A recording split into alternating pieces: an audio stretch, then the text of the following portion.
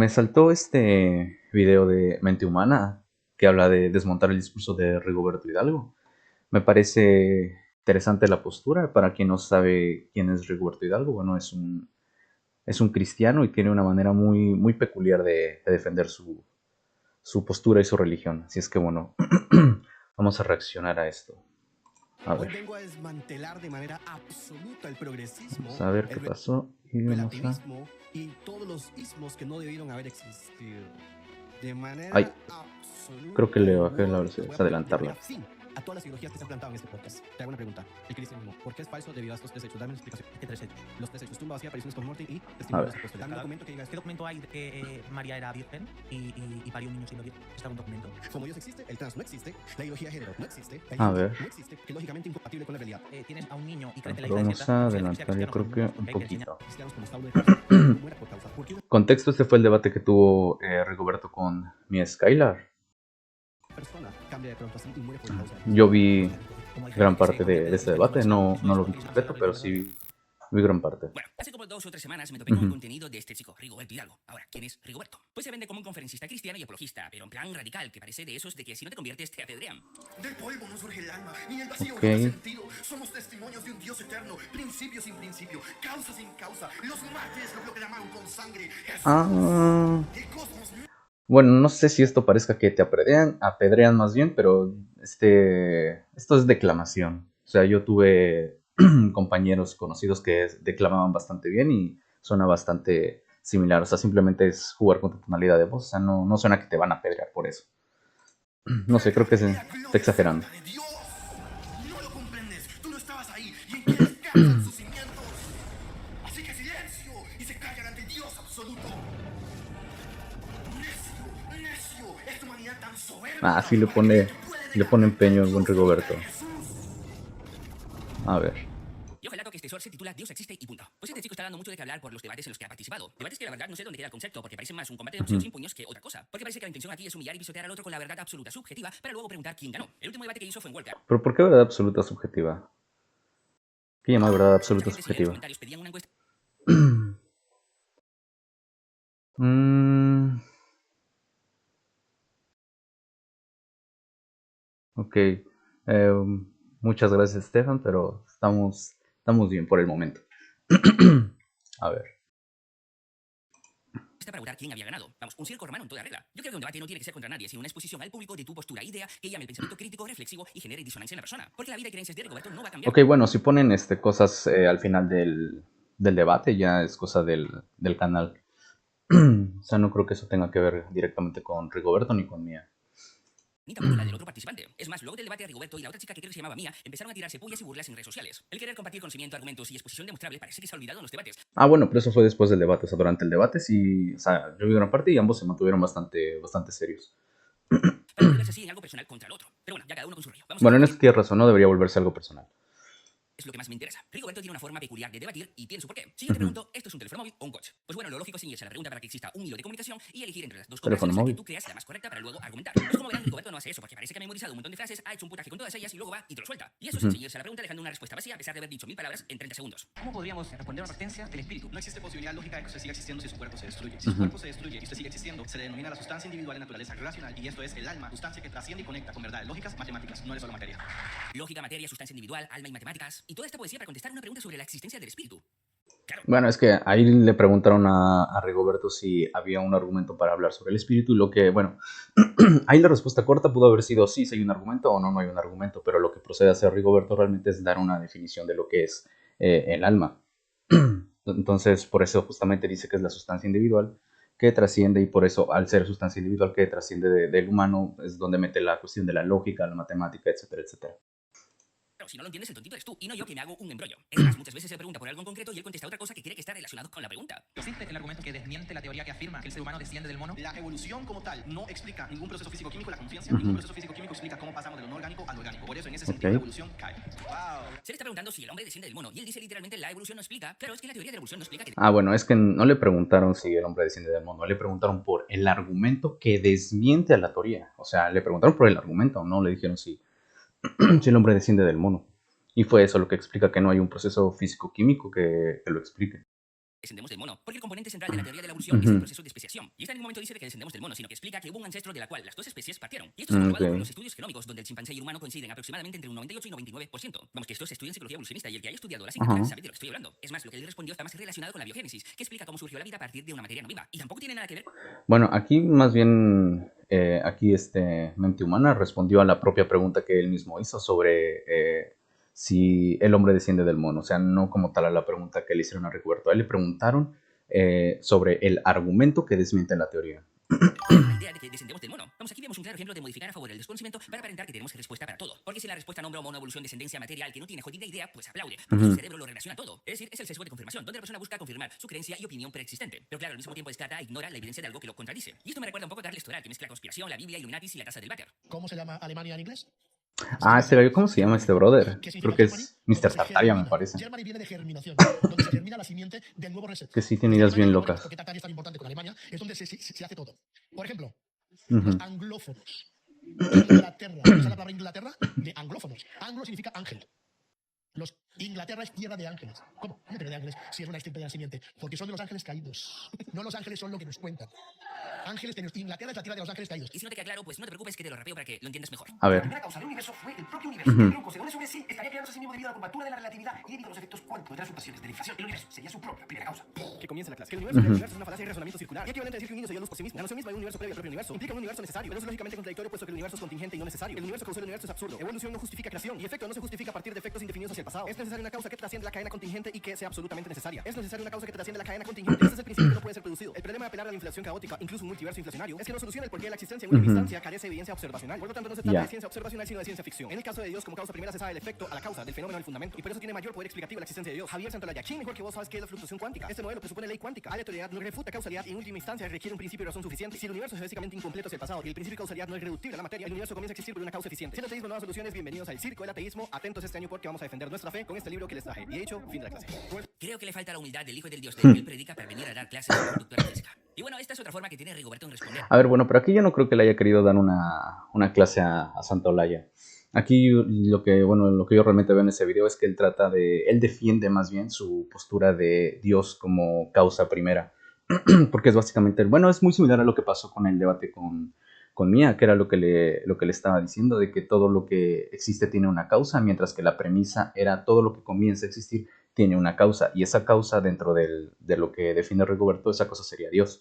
Entonces aquí lo que está hablando con respecto a Santolaya, o sea, de que si tú retrocedes el universo, o sea, bueno, por ejemplo aquí en este video, si tomamos esta bolita de aquí y la retrocedemos, como si fuese el universo, o sea, ¿cuál es la causa primera? O sea, ¿qué hay después de esta bolita? ¿Qué hay detrás? Dentro de lo que dice Rigoberto, esa causa sería Dios. En este caso, en este ejemplo que estoy dando, la causa primera, sería yo haciendo esta video reacción. O sea, en lo que coloco, en lo que me conecto, en lo que coloco el codificador, etcétera, etcétera. Pero aquí no, o sea, no parece que le esté dando, no creo que se hable de una, ¿cómo se llama? De una clase a Santolaya, es más bien defender su postura de Dios como causa primera. Fue lo mismo que pasó en el debate con Mía. Hablar muy rápido y usar un par de términos como Dios, ciencia y el cosmos para que el típico creyente turno que tiene el pensamiento crítico por los suelos no razone y aplauda. Y esto es algo que también comentan algunos. No. Ni Eminem se atrevió tanto. Rigoberto es igualito a los creo. vendedores por teléfono que te tratan de marear para que le compres el producto. El problema no es Rigoberto, sino la gente que lo sigue y aplaude sin razón. La primera vez que escuché a Rigoberto defendiendo su postura de creyente duré 35 minutos escuchando a nuestro físico hablar y no decir nada. Es una generación que no lee, no investiga, sobre todo no piensa. Los discursos de Rigoberto son vistos como algo súper impresionante, porque les engaña con palabrerías y no con pensamiento crítico. Y bueno, comentarios como estos un sinfín más. Es más, parece que le gusta aplicar muchos términos sin sentido del cual después no habla en el debate para aparentar más conocimiento. A ver, esto no lo veo tan así. Yo creo que más bien es que sí es complicado entender a Rigoberto. Yo he visto algunos de sus debates, algunos de sus videos, no los he visto todos, pero sí es complejo seguirle el hilo por la terminología que utiliza. Pero no significa que no le puedas entender. Por ejemplo, esto perfectamente podría ser una falacia ad populum, o sea, nada más porque esas personas no le entendieron significa que nadie le entiende, o sea, no sé, no estoy de acuerdo. Como aquí que menciona la dialéctica identitaria hegeliana o la moral formal kantiana. Dirá que después no hablo más en todo el debate. Voy con un blindaje argumentativo. Bueno, este debate con Dallas nunca lo vi. Aquí sí no tengo idea. Voy a argumentar un blindaje ontológico aristotélico tomista, una moral formal base del pensamiento kantiano y una dialéctica identitaria desde el hegeliano. Ahora, el silogismo aristotélico va de la siguiente forma. O por ejemplo aquí que le pregunta al otro el nombre de la célula del espermatozoide. La cuestión es que tú estás matando esas células del cuerpo. ¿Sabes cómo se llama la célula del espermatozoide? ¿La célula espermatozoide? No sabes cómo se llama. ¿Espermatozoide? Sí, No tengo célula. idea a qué te refieres. ¿La célula? Estamos flojos de información. Dallas no es un organismo propiamente como sustancia, es una célula haploide. Y de hecho el cigoto, en cambio, es un organismo. ¿Por qué? ¿Eso cómo sube o baja mi argumento exactamente lo que estoy diciendo? Porque para poder definir una cosmovisión tienes que adherirte a la realidad y la realidad tiene verdades que nosotros podemos constatar y a partir de aquí se crea la epistemología moral. Le pregunta por el nombre de la célula del espermatozoide, cuando el espermatozoide en sí es una célula. Es más, su respuesta explica Sí. el tipo de célula que es Haploide. una célula haploide. Es decir, la pregunta correcta sería, ¿qué tipo de célula es el espermatozoide? No, ¿cuál es el nombre de la célula del espermatozoide? Bueno, ok, pero esto puede pasarle a cualquiera, o sea, plantear mal una pregunta, o sea, sí puede suceder un debate. Por ejemplo, es lo que pasó también con Mía, que ella hablaba de de todo lo que existe tiene una causa, cuando el planteamiento era todo lo que comienza a existir tiene una causa. Y, por ejemplo, en este video también pasó similar hace un momento que vimos la reacción cuando le preguntan a Rigoberto sobre el argumento que desmiente la teoría. O sea, el planteamiento fue ese. Y en cambio, aquí la mente humana lo que dijo fue que le preguntaron si comprobaba o no lo de la existencia del mono. O sea, ese tipo de planteamientos pueden pasar a cualquiera. O sea, es un error que te puede pasar en un debate cualquiera. Además, son datos irrelevantes que no aportan nada al tema central del debate. Y si ven los debates, está todo el rato haciendo eso, mareando sin sentido a la perdiz. ¿Por qué? Porque esto le da chance para quedar por encima del otro, humillarlo y recibir el aplauso fácil de aquel que no se cuestione nada. Y aparte de lo que estamos viendo, de hablar muy rápido y querer aparentar conocimiento, está la presión y exigencia de traerte a su terreno con preguntas ambiguas para luego soltarte el discurso memorizado y dejarte mal. Sí, bueno, no te pongas nervioso, ¿sí? Nada más te voy a cuestionar sobre una cosa. Dime algo, ¿el Papa tiene potencialidad? Pero calma, tranquilo. Acto y potencia. ¿Tiene potencialidad, sí o no? Pero, ¿y qué con eso? No entiendo. Dale, argumenta, dilo, tranquilo, relájate, dilo. Dime, ¿el Papa tiene potencialidad? Pero, Ajá, pero... Acto y potencia. Ok, aquí entiendo que se refiere al acto y potencia aristotélicos. Es lo que estoy entendiendo. Y acá, ¿cómo se llama? Hugo Ariza. Ok, aquí Hugo Ariza le dice que no le está entendiendo. O sea, creo que realmente es él el que no entendió que se refiere al acto y potencia. No es que no caiga, es que no le entendió. Pero por eso dime ¿a qué quieres llegar? O sea, no te entiendo. Me dices que no me pongas nervioso, pero entras así como que no nos conocemos. ¿Tiene potencialidad, sí o no? ¿Tiene potencialidad, sí o no? Responda. ¿Pero qué con eso? O sea, independientemente qué pasa con eso. Ok. Y como no puede traerlo a su terreno porque el otro es astuto, te dice, vale, está bien, pero igualmente te suelta el No, no es que el otro sea astuto, es que no le entendió. discurso. ¿Qué pasa con eso? Ok. El problema es que el acto puro, como tal, es el único cuya ser en esencia y es su existencia actual sin mezcla de potencia. Entonces, el problema es epistémico. Todo lo que tiene potencia tiene posibilidad de desviación. El Papa tiene posibilidad de desviación. Por lo tanto, posee infabilidad ontológica. No la posee. En ese sentido, la infabilidad exige necesidad ontológica. Y si tiene potencia, implica una contingencia. Usted tiene que haber una compatibilidad lógica entre lo que es lo infalible y la compatibilidad entre lo que es la contingencia. Si no existe una compatibilidad lógica, epistemológica, entre la fabilidad, infabilidad y lo que es la potencia, sencillamente ahí se termina la discusión. No se termina. Si ese es el razonamiento y tu A ver, ¿cómo que no? No, claro que se termina, pues son términos contradictorios. A ver, vamos a regresarlo. Epistemológica entre la fabilidad, infabilidad y lo que es la potencia, sencillamente ahí se termina. Sí, pues claro, o sea, a ver, es que te está diciendo que la infabilidad, ¿qué es la infabilidad? O sea, infabilidad, o sea, no hay margen de error. Y en la potencia sí puede haber error, por eso requiere la contingencia, que es justamente lo que Rigoberto dijo anteriormente. Entonces, él lo que está diciendo es que si no hay una relación lógica epistemológica, o sea, no hay discusión porque son términos contradictorios. La discusión. no se termina. Si ese es el razonamiento y tu gran argumento, de hecho yo se lo reconocí a Pacheco en el debate. Obviamente el Papa es un ser humano, no es infalible en el sentido que tú lo traes. Eso no tumba el Bueno, él nunca dijo que fuera infalible, de hecho dijo que no, que es falible. Porque lo que promete el catolicismo es la participación de seres humanos falibles para que al momento de comunicarse, que es la comunicación de Dios con el hombre, no falle ese acto. Porque ¿cómo se llama esa participación? Estás hablando de tecnicismo. ¿Cómo se llama esa participación? Si tú reconoces la O sea, comunicación, aquí lo que parece es que él le está dando aquí la razón a Rigoberto sin darse cuenta. O sea, yo creo que más bien no entendió lo que dijo Rigoberto y lo que está haciendo es prácticamente darle la razón. que la revelación es la automanifestación de Dios, que Dios se comunica con el hombre, el hombre al comunicar las dos interactúa con él, bien sea por excitación o por emoción. En el caso del modo de la inspiración hay excitación y emoción. En el caso de escribir unas tablas y hablarle directamente a Moisés, lo hace partícipe en ese proceso de revelación, campeón. Entonces, entraste con tapones en punta y haces un muñeco de paja del catolicismo cuando crees y pretendes que el catolicismo te enseñe que ontológicamente el Papa es infalible, cuando es una participación distinta. No, él nunca dijo eso. Nunca dijo que fuera infalible. O bueno, dentro de este fragmento no lo dice. De hecho, dice todo lo opuesto. Y él técnicamente le está dando la razón a Rigoberto, pero creo que no se dio cuenta porque no le entendió. No he visto de dónde surge todo este debate. No sé si Rigoberto dijo algo anteriormente, pero al menos en este fragmento no parece que sea así. Y esto de hacerte comprobar a ti sus argumentos es súper típico en su discurso, cuando es él el que tiene que defender su postura y demostrarlo. Ok, pruébame desde el naturalismo evolutivo cómo la materia puede pensar. Adelante con la carga de la prueba. ¿Cómo la materia puede pensar? No ¿Qué entiendo esa proceso pregunta. físico? Te lo formulo. ¿Qué proceso físico-químico da pensamiento abstracto?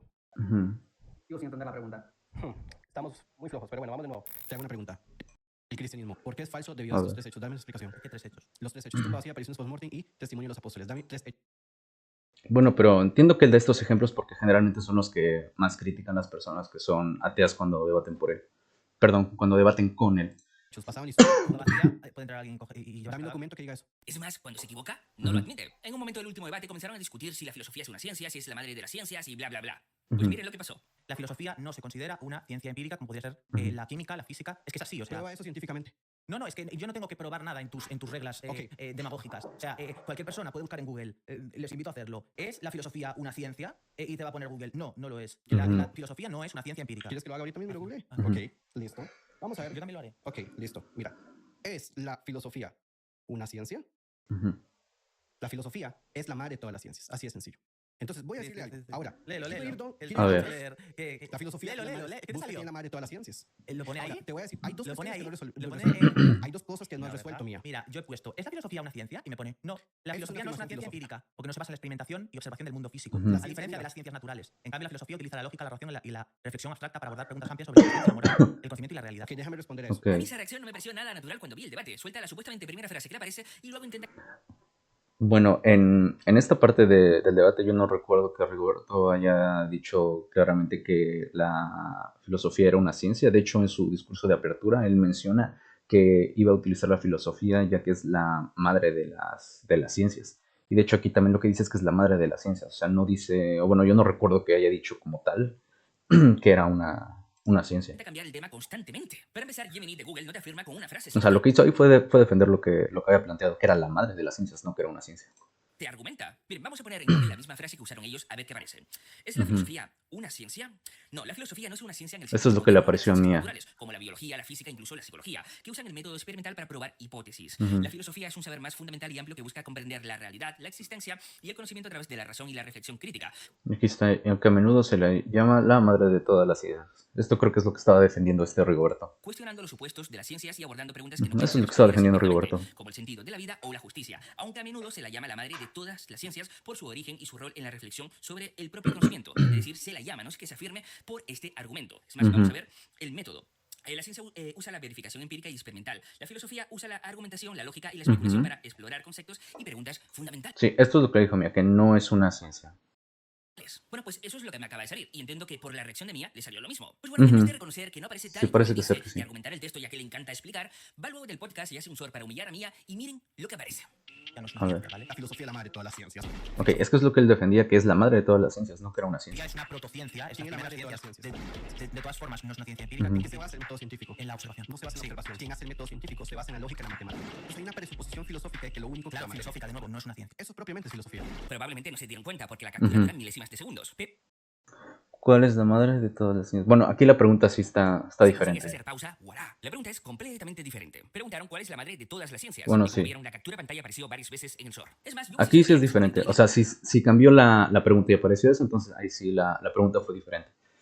Pero reitero, o sea, ahí lo que estaba defendiendo era la postura de que es la madre de todas las ciencias, no que era una ciencia. pido con permiso el móvil para comprobar si puso la misma pregunta que yo y comprobar si le salió lo mismo que a mí. Si no, le pongo el móvil en cámara para que se le caiga la cara de vergüenza. Y el que vio el podcast sabe que el moderador no pone esas caras en ninguno de esos momentos. Fueron tomadas a lo largo del podcast. Es decir, Chinga, todos ¿cuáles los shorts del caras? podcast, véanlo, están alterados para hacer creer a la gente lo que en verdad no pasó. Y luego Ah. Roberto tiene un libro titulado El circo del ateísmo. Oye, que para ser cristiano es un poco mentiroso y tramposín. Y cuidadín, picholín, que a Dios no le gustan los falsos profetas. Pues bueno, Bueno, no sé si le haya dicho alguna vez que es un profeta, pero pues igual también dice, ¿no? O sea, el humano es falible. Acto y potencia. Si tienes potencia, eres falible. Entonces, aparte de esas trampas, el A discurso ver. que tiene Rigoberto de usar tecnicismo, decir mucho pero no decir nada, aparentar conocimiento, crear presión en el oponente, es lo que se llama en psicología el efecto Dr. Fox. Y el término nace Efecto con Dr. experimentación Fox. científica controlada A ver, en el ¿esto campo de qué la es? psicología de la educación en la década de 1970. En la Ujú. Universidad del Sur de California en 1972, el prestigioso Dr. Myron Fox dio una serie de conferencias Ajá. ante una aula de doctores y estudiantes de psiquiatría y psicología. El doctor fue anunciado como un experto en su campo con varios prestigiosos títulos universitarios y la conferencia que impartía trataba sobre la teoría de juegos aplicada al ámbito clínico médico. Aquí Ok. Fox hablaba con gran carisma y humor, pero al mismo tiempo se mostraba autoritario con sus palabras. Cuando la charla acabó, los presentes aplaudieron con gran entusiasmo y antes de abandonar la sala rellenaron un formulario para puntuar la charla. El resultado final de la encuesta mostró un gran contento por la conferencia y la mayoría de los asistentes la había clasificado con muy buena puntuación. Pero lo que nadie sabía es que el Dr. Fox en verdad era un actor carismático llamado Michael Fox, que había sido contratado por el experimentador Donald Naftulin. En la charla Fox no enunciaba ok. absolutamente nada de valor académico, sino que daban su lugar discursos divagantes, inespecíficos, contradictorios y llenos de Ok. neologismos. Pero a pesar de ello nadie notó los errores científicos, porque cuando utilizaba un tono entusiasta y expresivo y convincente, juntando tecnicismo en su discurso y citando nombres de autores reconocidos, conseguía que la audiencia se sorprendiera por sus conocimientos. Pero en verdad eran conocimientos vacíos. Además, a la Ok. experimentación se le añadía el plus de que los presentes, a pesar de ser doctores y estudiantes, no dominaban el tema. Y el desconocimiento sobre ello los llevó a aceptar las afirmaciones sin cuestionarlas. Días después, Naftulin hizo público que todo se había tratado de una experimentación que buscaba medir cómo las personas evalúan la calidad y competencia de un expositor cuando el estilo de presentación entra en conflicto con el contenido real. Ok. Aquellos que asistieron a la conferencia se quedaron sin palabras al descubrir lo mencionado. Y este experimento fue replicado en varios lugares y dieron los mismos resultados una y otra vez. De esta forma, la experimentación se ganó el nombre del efecto Dr. Fox. El efecto Dr. Fox es un Efecto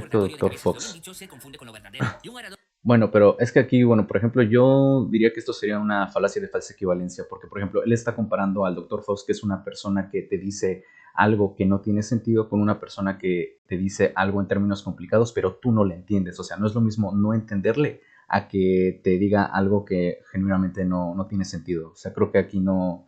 O sea, sí entiendo por dónde va, pero no, o sea, creo que sí está así. Es una falsa equivalencia. puede ser efectivo sin decir nada sustancial, llevando a creer a la audiencia que han aprendido algo nuevo. Es más, el efecto Halo, que es básicamente un sesgo cognitivo, está relacionado directamente con el fenómeno Dr. Fox, porque se puede decir que el efecto Halo es uno de los mecanismos psicológicos que hacen posible el efecto Dr. Fox. Una característica positiva en una persona hace que le atribuyamos otras cualidades positivas sin evidencia real. Es decir, es lo que se llama heurística de fluidez. Si suena fácil y seguro, entonces parece verdadero, que es otro sesgo que se suma al primero. Aunque en el discurso de Rigoberto el oyente puede manifestar más lo que se llama deshabilidad social, el no querer admitir que no entiende el mensaje. Y a esto se le llama la ilusión de profundidad explicativa. Queremos haber entendido más de lo que hemos entendido, porque en verdad Bueno, a lo mejor sería a lo mejor lo que le pasó a al otro chico que me parece que era católico con el que debatió, que no le entendió. Pero bueno, él sí le dijo, o sea, no, es que no entiendo, pero, o sea, terminó dándole la razón, o sea, no, bueno, no sé. todo de este mensaje. Jesús no murió por tus pecados. Te A hicieron ver. creer que alguien tenía que sufrir para que fueras perdonado. ¿Quién te condenó en primer lugar? Jesús no vino a morir por ti. Es invento del ego para que sigas sintiéndote culpable. Que comience la clase. Toda verdad teológica tiene que tener un sustento teológico con un punto de referencia. No afirmación no tiene sustento teológico. Levítico 17:11, porque es la sangre la que hace expresión por la persona. Isaías 53:5, el castigo de nuestra paz fue sobre él y por su llaga fuimos nosotros curados. Existe profecía que describe la muerte del Mesías como acto redentor. La probabilidad de que la muerte suceda es de 1 de 10 a la 157 ceros. Mateo 26:28, porque esta es mi sangre del nuevo pacto que por muchos es derramada para su visión de los pecados. Hebreos 9:22, sin derramamiento de sangre no se hace remisión. Primera de Pedro 2:24, por cuya herida fuiste sanado. No solo tienes que lidiar con un nexo lógico del Antiguo y Nuevo Testamento, sino con hermenéutica, exégesis y la probabilidad de que esta profecía fuera cumplida. El mal es la privación de un bien debido. Dios, al no tener limitación espacio-temporal, no tiene privación y por eso es bueno en grado sumo. Al existir mutabilidad e impermanencia en el ser, existe una deformación ontológica producto de la separación de Dios y el hombre. Dios es principio, expresión del principio y conexión de la subsistencia. Jesús es el medio expresado del principio y por eso nadie puede ir al Padre si no es por este medio que es la persona de Cristo. Historia metafísica, hermenéutica, exégesis y matemática. No es razonamiento emocional. La probabilidad de que la muerte suceda de 1 de 10 a la 157 ceros, ¿en verdad entendieron eso? ¿Entendieron cuando dice que la hermenéutica y la exégesis no es un razonamiento emocional? Luego vamos a hablar de esto último para que lo entiendan mejor. ¿Qué es lo que pasa? Si A en el ver. último debate, Rigoberto está constantemente pidiendo doy, documentos, fuentes científicas, pero sus pruebas y evidencias se basan más en su fe y en lo que le interesa mostrar que otra cosa. Es decir, tenemos reglas distintas y yo tengo que demostrar empíricamente y científicamente y tú puedes vincularte a la filosofía y a tus definiciones propias sin vincularte a la ciencia y solo haciéndolo de forma selectiva. Me acuerdo en realidad son documentos, pero bueno, listo. Yo creo que ¿Qué lo podemos. documentos hay de que María fuese virgen? Todas las fuentes independientes, Mateo, Marco, Lucas, Juan, toda la ¿Y tradición cómo, apostólica, cristianismo y cómo primitivo. determinan que una mujer es virgen de forma fidedigna? Que hay documentos médicos, ¿no? Cuando nosotros estamos hablando de la verificación de los testigos oculares, estamos hablando de testimonio, Mateo, Testigos Marcos. oculares, claro. Iba todo el mundo allí a mirarle el himen y de nuevo, es que tú mismo no lo sostienes. Los días de historia, pero bueno. Claro, siempre Ok. lo mismo, la historia, pero nos agarramos a la historia que queremos contar. Qué curioso, yo nunca he escuchado a un predicador cristiano hablar del diluvio de mano. ¿Saben lo que es eso? Miren, ya lo dije. A ver, yo diluvio de tengo mano, una ¿esto negocio qué de es? fe. Yo nací y crecí en una familia cristiana evangélica y estuve 16 Ajá. años de mi vida en ese mundillo, media vida. Aquí hice Ok. estudios bíblicos durante años, estudié homilética y cuando leía la Biblia no era para subrayar los típicos versículos como todos hacemos. Dios es mi pastor y nada me faltará, por ejemplo. No, la leía con conciencia aprendiendo cada desarrollo histórico bíblico para aplicarlo a la homilética. Y os prometo una cosa, y si esto es mentira que me muera ahora mismo aquí de un infarto, a mí me vino 2 profetas a decirme de que Dios les había dicho a ellos, porque siempre habla a los demás y nunca a ti, de que iba a hacer grandes cosas para la iglesia. ¿Por qué? Porque Ok. estaba tan metido en el tema que solo vivía para la iglesia. Es más, siempre lo he dicho y siempre lo diré. Yo perdí mi adolescencia por culpa de esto, porque a nosotros, a los jóvenes en ese entonces, no nos permitían hacer vida fuera de la iglesia. Siempre estaban con conferencias, campamentos de verano para jóvenes, etcétera, etcétera, etcétera. Y hacían Ok. estas actividades basándose de que el mundo nos contaminaba. Frase textual. Vamos, como si ir al cine con tus amigos fuera un pecado. Ahora, habiendo estudiado psicología clínica, sé por qué lo hacían, Ok. pero en ese momento no me daba cuenta. Bueno, al grano, ¿qué pasó? Yo en ese tiempo de Ajá. estudios bíblicos me di cuenta de muchas incongruencias en la historia, que nadie te podía explicar o que no les interesaba explicar. Yo relato que estas dudas no solo las tenía yo. Ah, bueno, pero esto pasa todo el tiempo. O sea, si tú le preguntas a una persona que no sabe del tema, o sea, va a pasar justamente esto. O sea, o no te lo va a saber explicar, no le va a interesar, no te lo va a decir. Ya, pero, o sea, le estás preguntando a una persona que no sabe. Y bueno, esto también pasa mucho. Por ejemplo, Rigoberto también tiene cristianos que lo critican porque o no entienden lo que dice o no investigan lo que él está diciendo. O sea, pero esto pasa todo el tiempo. Yo, el cristiano de mi generación, probablemente recuerde a Marty Sampson. Este era un líder de adoración y músico muy famoso en el cristianismo contemporáneo, de la iglesia Hillsong de Estados Unidos. A Hoy en ver. día cualquier iglesia del mundo canta composiciones suyas porque eran muy buenas. Pues este chico luego de años en el cristianismo llega un día y hace este comunicado. Estoy perdiendo A ver. genuinamente mi fe y no me molesta. Estoy tan feliz ahora, tan en paz con el mundo, porque la Biblia está llena de contradicciones. Nadie habla de ello. ¿Cómo Ok. puede Dios ser amor y al mismo tiempo enviar a 4.000 millones de personas a un mundo infierno solo porque no creen? Ujú. Los cristianos pueden ser las personas más críticas del mundo, pero eso no es para mí. Ya no estoy más en esto. Quiero una verdad genuina. No solo creer porque sí. La ciencia sigue desafiando cada religión. Para mí, el cristianismo ahora parece otra religión. Pues esta renuncia les ha pasado a cientos de cristianos que han estado muy metidos en el mundillo y que no han visto la fe como un negocio. Porque si la ves como un negocio, te vuelvo a decir, no vas a hablar de esto porque se te acaba el chiringuito. Y no voy a ponerme aquí a nombrar gente que nadie conoce, pero si les interesan Ya. testimonios como este, se los dejo abajo en la descripción. Pues Bueno, pero eso también podría... Bueno, aunque también hay un punto a favor, o sea, sobre la falacia ad populum, ¿hasta qué punto es falacia ad populum, no? O sea, ¿hasta qué punto sigue siendo mentira? O sea, entiendo que puede llegar un punto en el que sí haya verdad en algo de lo que dicen, pero justamente tiene que ser verdad. esto mismo es lo que me pasó a mí, abrí los ojos y cuestioné mucho. Y ya que lo nombré, vamos a aprovechar y hablar del mito de Manu en la India. Este es un mito del hinduismo que narra, con diferencias en los personajes y en la cultura, un diluvio universal, pero que precisamente comparte el mismo patrón narrativo como el que aparece en Génesis 6:9. Un ser divino advierte del diluvio, el personaje es justo y virtuoso, se Ok. construye una barca y la intención de esto es destruir la humanidad para renovarla. El relato más antiguo conservado de este mito aparece en el Satavata Brahmana del hinduismo, y la fecha del texto se aproxima entre 800 y 600 a.C. Incluso la tradición O sea, esto entiendo que es como un equivalente al diluvio del arca de Noé, ¿no? que le precede es más antigua, entre 1200 y 1500 a.C. Y el Génesis, según historiadores, se escribió entre 600 y 500 a.C. Es decir, se estima que hay una diferencia entre 100 y 300 años entre el uno y el otro. Es más, la historia de un diluvio universal también es propia de textos mesopotámicos prebíblicos. Ok. Esto quiere decir que para muchos historiadores el relato de un diluvio era un motivo común en la antigüedad. Recuerden, Caperucita Roja no la inventó Charles Perrault. Este fue el primero en escribirla, porque esta historia tenía una tradición oral de siglos. Luego llegaron los hermanos Grimm en 1800 y hicieron su versión más bonita. Y el mito de Manu y otros textos prebíblicos son un claro ejemplo de que los textos históricos también sufren modificaciones y adaptaciones, como también pasó con Caperucita Roja y no en siglos muy lejanos. Por eso decir que la mayor prueba de la tumba vacía, la virginidad de María y no sé qué son los 4 evangelios, pues es una afirmación que se basa más en fe que otra cosa. Porque además los 4 evangelios que utiliza Rigoberto para argumentarse siempre han estado en el punto de mira por diferentes motivos. Por ejemplo, los 4 evangelios fueron escritos entre 35 y 80 Ok. años después de la muerte de Jesucristo. Y el consenso académico sitúa a Marcos como el más antiguo y a Juan como el más tardío. De verdad que en ese tiempo que pasó entre la muerte de Jesús y cuando comenzaron a escribirse, y mientras se escribían, porque no se escribieron de un mes para otro, no hubo ningún factor humano que alterase los acontecimientos, ningún suceso. Pues desde una perspectiva psicológica, histórica, no confesional, se ha podido comprobar que diferentes factores psicológicos pudieron influir en los apóstoles. La memoria humana no funciona como una grabación, sino que se reconstruye con el tiempo. Después de años, los recuerdos se reorganizan, se simplifican y se adaptan a nuevas experiencias y creencias. Y esto no implica engaño consciente, sino un proceso natural. Esto quiere decir que, por ejemplo, los recuerdos sobre Jesús pudieron reinterpretarse a la luz de lo que los discípulos creían que había ocurrido, como la resurrección. Les invito a hacer un ejercicio práctico para que entiendan esto. Tomen la primera noticia que escuchen en televisión hoy y la resumen en un papel. Luego lo guardan. Bueno, pero es que esto podría aplicarse también a cualquier personaje de la historia. O sea, por ejemplo, o sea, eso de los textos bíblicos, los testigos oculares y eso, o sea, podría aplicarse perfectamente, por ejemplo, a, no sé, a Platón. Ya sabes, o sea, ¿qué es lo que tienes de él también? La gente que escribió de él, la gente que lo vieron, que en este caso también serían sus discípulos, justamente. O sea, esto se podría aplicar perfectamente a muchos personajes de la historia, que incluso antes de Cristo. En un cajón. Pasados 6 meses vuelven a resumirla en otro papel. Y eso no les quita validez tampoco. Pero sin escuchar la noticia de nuevo porque ya la han vivido y la han memorizado. Pasado el tiempo vuelvan a comprobar ambas noticias y verán que hay alteraciones en las narrativas de ambos acontecimientos. Porque como expliqué antes, la memoria se reorganiza, se simplifica y se adapta. Aquí también entraría la disonancia cognitiva. Según la teoría de Leon Festinger, cuando una creencia fuerte entra en conflicto con la realidad, por ejemplo que el Mesías muera ejecutado, las personas tienden a reinterpretar los hechos para reducir el malestar psicológico. En este caso, la muerte de Jesús puede haber generado una crisis profunda en sus discípulos y pasaron a reinterpretarla como parte de un plan divino que ayuda a restaurar coherencia y sentido. Porque tras su muerte, sus seguidores experimentaron la pérdida traumática del líder carismático, miedo a ejecuciones públicas y la necesidad de dar sentido a lo ocurrido. Y de esto parte la teoría de que Jesucristo sí existió. Es más, hay textos históricos que hablan de un Jesús de Nazaret, que era un predicador judío y que era muy bondadoso, tal y como se dice en la Biblia, pero que al final fue uno más y no el Mesías del que hablaba el Antiguo Testamento. Pero claro, bajo la fe y el suceso del momento, los apóstoles creían que sí lo era, tal y como escribieron décadas después en la Biblia. Y es aquí cuando se tiene que tener en cuenta el refuerzo social y creencias compartidas, o lo que se llama expectativa escatológica. Muchos cristianos primitivos creían que el fin del mundo estaba cerca después de la muerte de Jesús, como precisamente se sigue creyendo 2000 años después. Pero por ese entonces, cuando ese fin del mundo no llegaba, surgió la necesidad de preservar enseñanzas, organizar la tradición oral y dejar textos para futuras generaciones.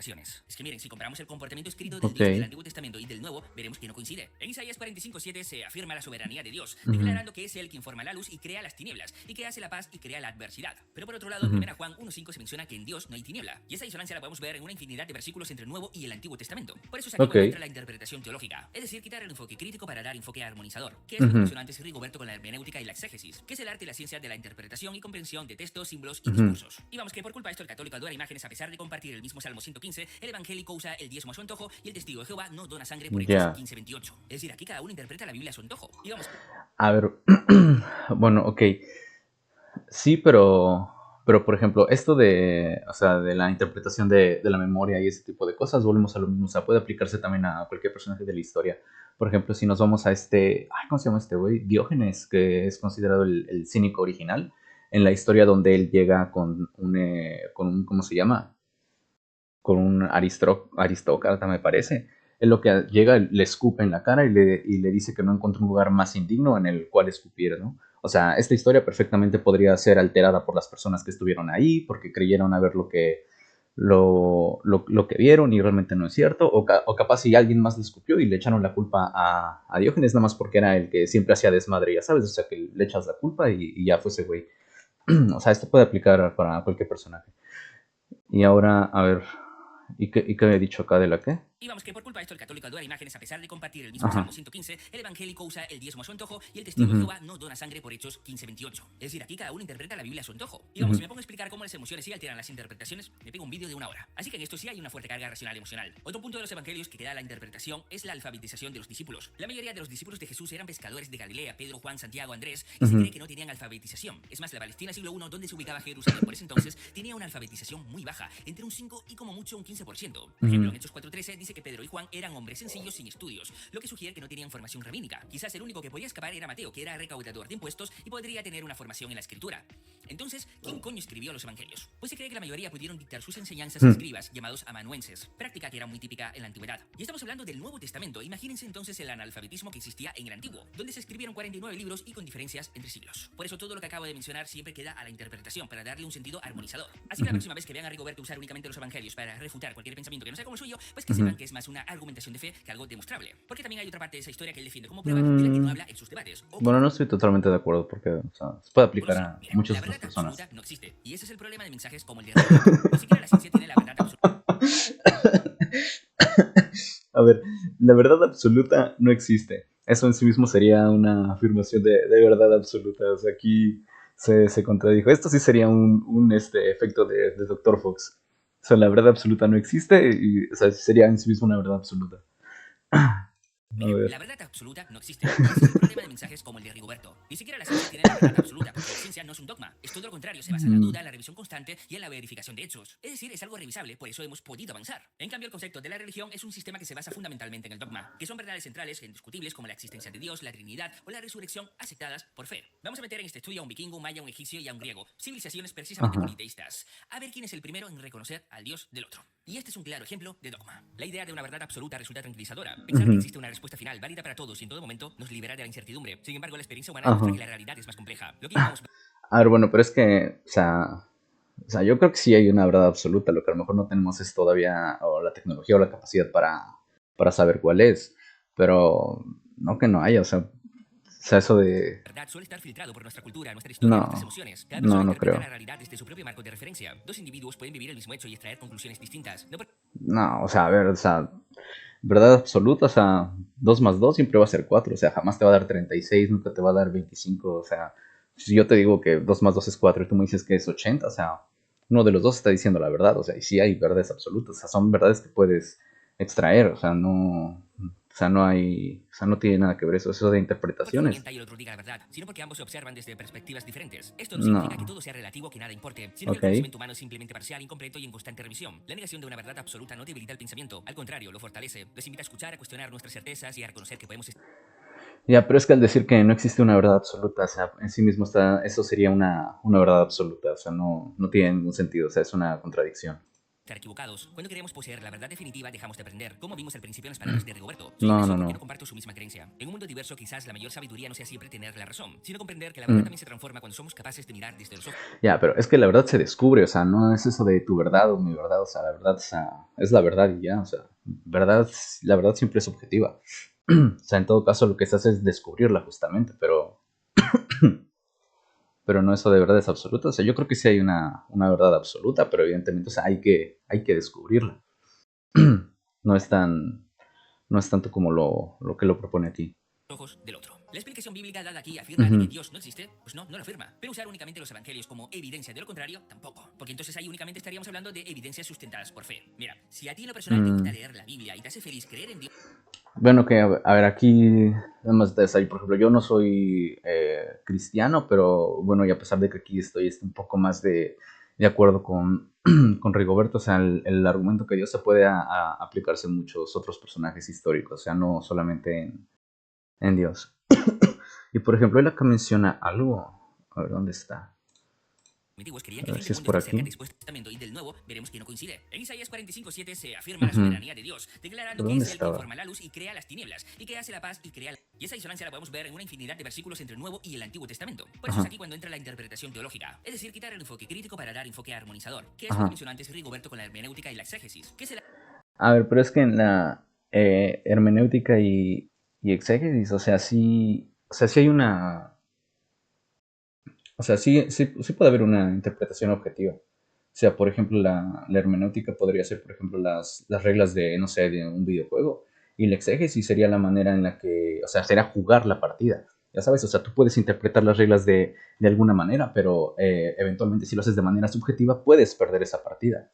Ya, pero si los interpretas de una manera más objetiva, o sea, ganas la partida. O sea, bueno, es un ejemplo un poco escueto, pero es más o menos así, o sea, no sé, pero bueno, en la última reflexión, o sea, eso de la verdad absoluta, o sea, la mayor sabiduría no no sea siempre no estoy tener de la razón, acuerdo. sino comprender que la verdad también se transforma cuando somos capaces de mirar desde los ojos del otro. La explicación bíblica dada aquí afirma de que Dios no existe, pues no, no lo afirma. Pero usar únicamente Ujú. los evangelios con ese discurso de Déjame- esto no es nada Creo que ya original, pero sí termina. critico esa imposición de fe y manipulaciones en sus debates. Dicho esto, déjame Mm. en la caja de comentarios qué piensas de todo lo que he visto y mencionado. Y por favor, Bueno, pues no, o sea, no estoy de acuerdo con muchas cosas. A ver, ¿qué más? Ah, miren, de hecho, Rigoberto ya le contestó. Gracias por el video, responderé punto por punto tus inquietudes. Uy, se viene debate, banda. ¿Por qué oraste por mí al final del podcast y la bendijiste, pero luego hiciste 6 o 7 shows alterando la realidad del momento? Inquietud. Bueno, yo no sé si hizo shorts o no, pero orar por ella creo que, o sea, tiene que ver con su fe, no sé.